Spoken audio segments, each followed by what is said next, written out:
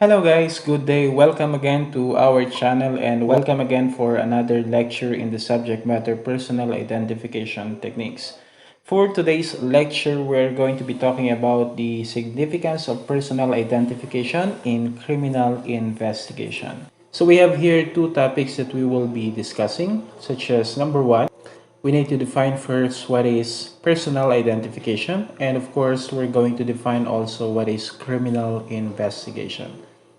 So the question with regards to the significance of personal identification in the field of criminal investigation can be answered, of course, if we are going to be talking about them one by one, and later on we will be discussing its significance. First topic that we should be talking about is what is personal identification. So basically, personal identification is defined as the process of establishing the identity of a certain individual. Its significance is of course not only limited to criminal investigation. Various transactions and daily activities often requires the establishment of the identity, such as for example bank transaction, wherein they usually requires a lot of identification cards to be shown before a certain bank transaction will transpire, such as for example you wanted to withdraw money from a certain bank, you wanted to open an account at a certain bank, you need first to prove your identity by showing some identification cards or any other means that will establish your identity.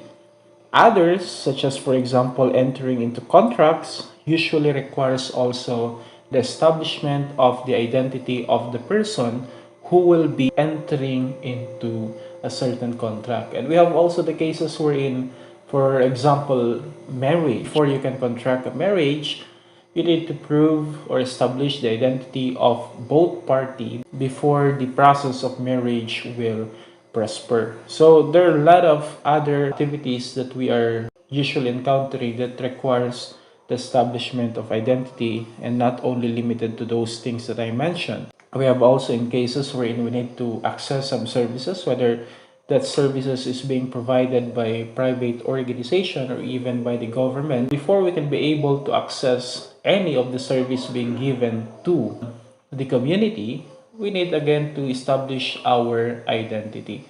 Such as for example, you wanted to avail free medical service being given by the government, it is definitely a requirement to show or establish first your identity for various reasons. So as you can see, sometimes that the problem is with regards to lack of proof in order to establish the identity of a certain person. Right now we have the government project wherein they wanted to create a national ID system wherein all the information of the members of the community or the Filipino citizens are being input in a national data bank where it is readily accessible for the government to verify and check the identity of a certain person, which would definitely very beneficial to every citizens, as there is already an ease in proving your identity if we have this national ID system.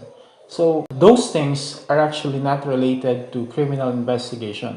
They are more on routinary activities that has nothing to do with criminal investigation. But since we are going to be talking about criminal investigation, then we should definitely focus on the field of criminal investigation. What I would like to point out here is that little do we know that majority of our activities does require us to prove our identity. That is why we often carry with us our ID, license, or passports.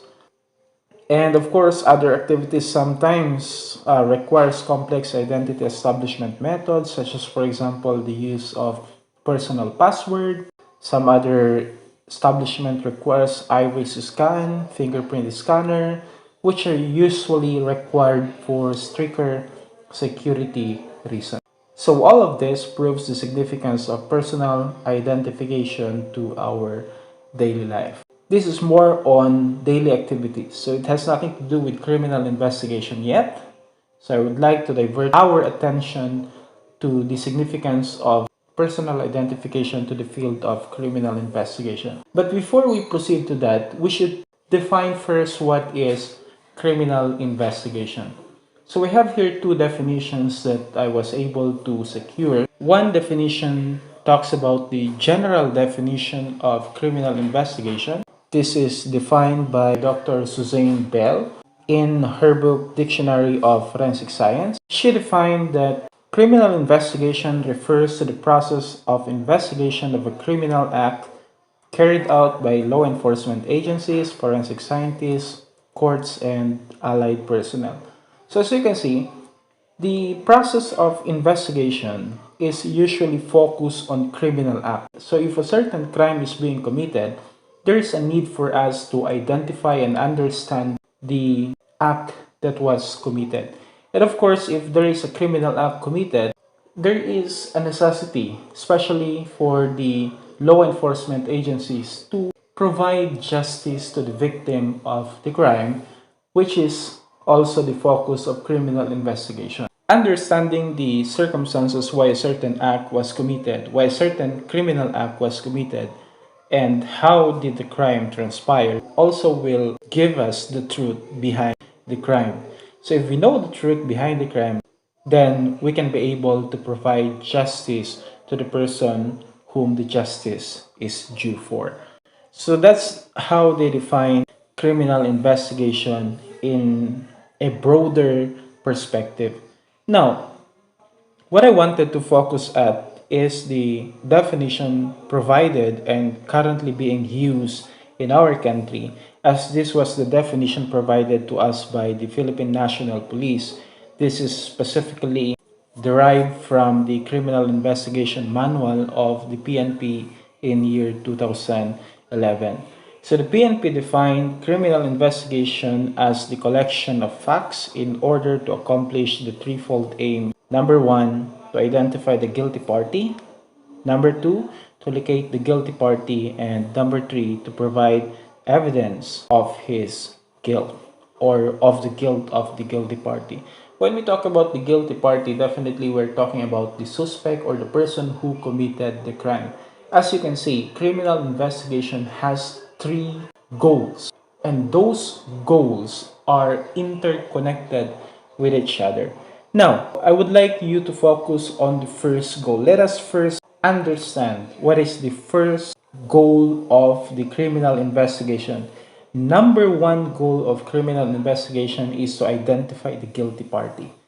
I definitely believe that if we cannot be able to identify the guilty party, then we cannot efficiently move forward into locating the guilty party and, of course, in providing evidence or collecting evidence to prove the guilt of that person. Because how can we be able to locate a person to whom we don't know the personal background, we don't know the identity of a certain person? We cannot be able to do that. And at the same time, how can we be able to provide or collect evidence, gather evidence against a certain person to whom we do not know? So the first goal of criminal investigation, I believe, is the most important part of criminal investigation. Criminal investigation is definitely being conducted, number one, to establish the identity of the person who committed the crime or the guilty party. Because if we cannot be able to identify, establish the identity of the suspect, of the guilty party, then we cannot be able to proceed into locating that person. And at the same time, we cannot be able to proceed in gathering or collecting evidences against a person to which we do not know. So that's basically the most crucial part of criminal investigation. And that alone answers already the significance of personal identification in criminal investigation. That is why law enforcement agencies have devised a lot of personal identification techniques, and in order for them to effectively establish the identity of the guilty party. We have, for example, fingerprinting, we have DNA analysis, we have gait analysis, and many other personal identification techniques.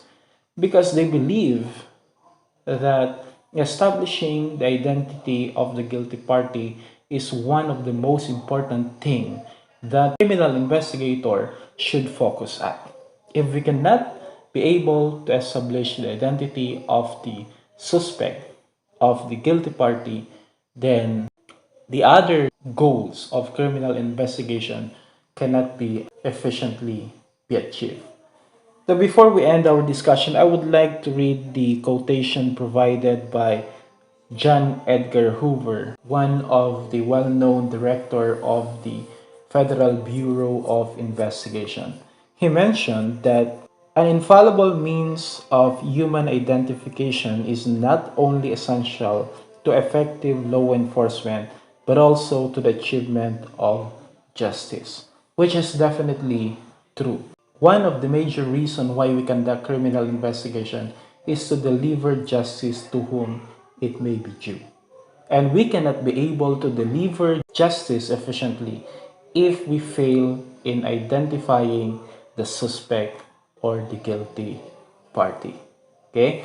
I made mention of this quotation already in my previous lecture that if we fail in establishing the identity of the guilty party, then we might be able to convict the wrong person and to release or set free the guilty person. So, establishing the identity of the individual who committed the crime is a very crucial part of the criminal investigation process. And of course, it is a very important part of the criminal investigation process. I do hope you learned something from this lecture. If you have questions, feel free to comment that down on the comment section. That's it for today. See you on the next lecture.